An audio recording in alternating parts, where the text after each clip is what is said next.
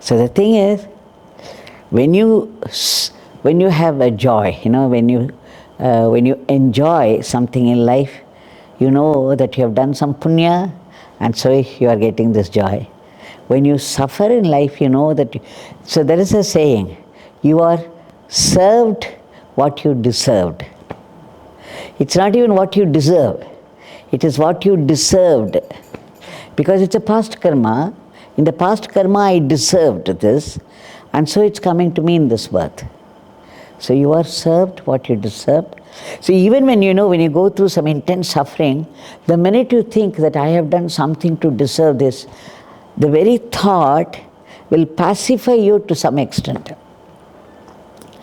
Suppose you think some injustice is being done to you, then it is much more, the suffering is much more.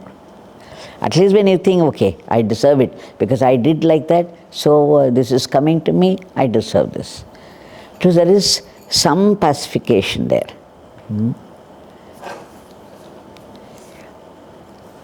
So the law of karma is very precise, and it is ruthless, and it is unsparing. It did not spare Shri Rama, it did not spare Shri Krishna, it did not spare any of those great personalities in the Puranas that we come across. So how can it spare you and me?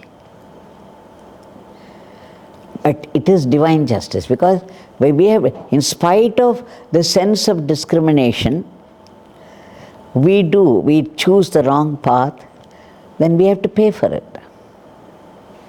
That is how the karma begins to play up, good or bad. In fact, you speak one word of praise of somebody, you can be sure that word of praise will come back to you one day. Somebody would come and praise you. They use the same word sometimes. One word of abuse about someone, whether they deserve it or not is another matter.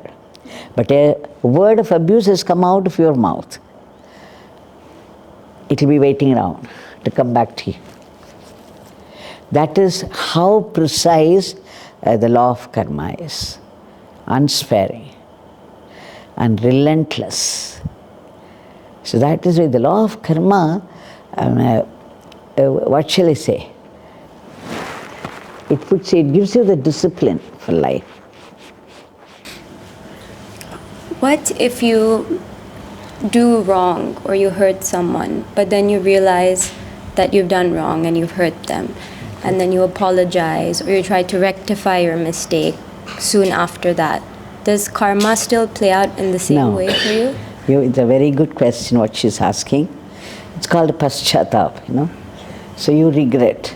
Yes. And so then, naturally, you try to make up for that. Yes. Right? So by how? Generally, you pray to God to forgive. And you may apologize to the person also to forgive you. So it's a compensation, definitely. Okay. But what is done is done. The damage is done. It's like, you let out an arrow, and then you realize, my God, what have I done? But the arrow has been out, so it will hit its target. So that way, the karma will play up, but there will be compensation. That is, you may get the thought that you may start to pray to God. You will say, God, please forgive. Please forgive that I have made a mistake and I will not make it again. Please tell me. He will listen to you.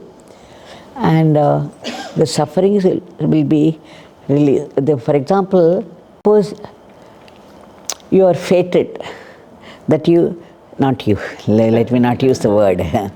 If one is fated to meet with an accident and to lose the whole leg, one leg to be amputated, if that one, with regret or without it, should be completely soaked in God, should be chanting the name and praying and attached to God, this and that, then what happens?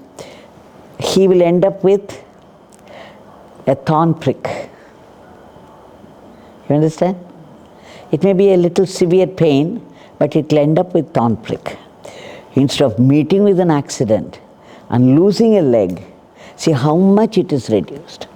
There will be pain, but it will be much, much less and on a different scale altogether. So that paschatap, this repentance is the word. It helps a lot. Because now you understood and you won't make the mistake again, that the whole idea is to put you on the path of dharma. Now you have realized. It's good. This is what he called transformation. Do you have any question? Yes, I do.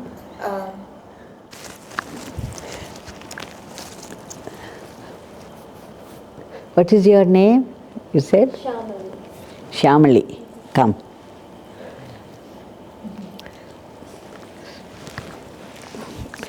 Your name? Meera. Meera. Come.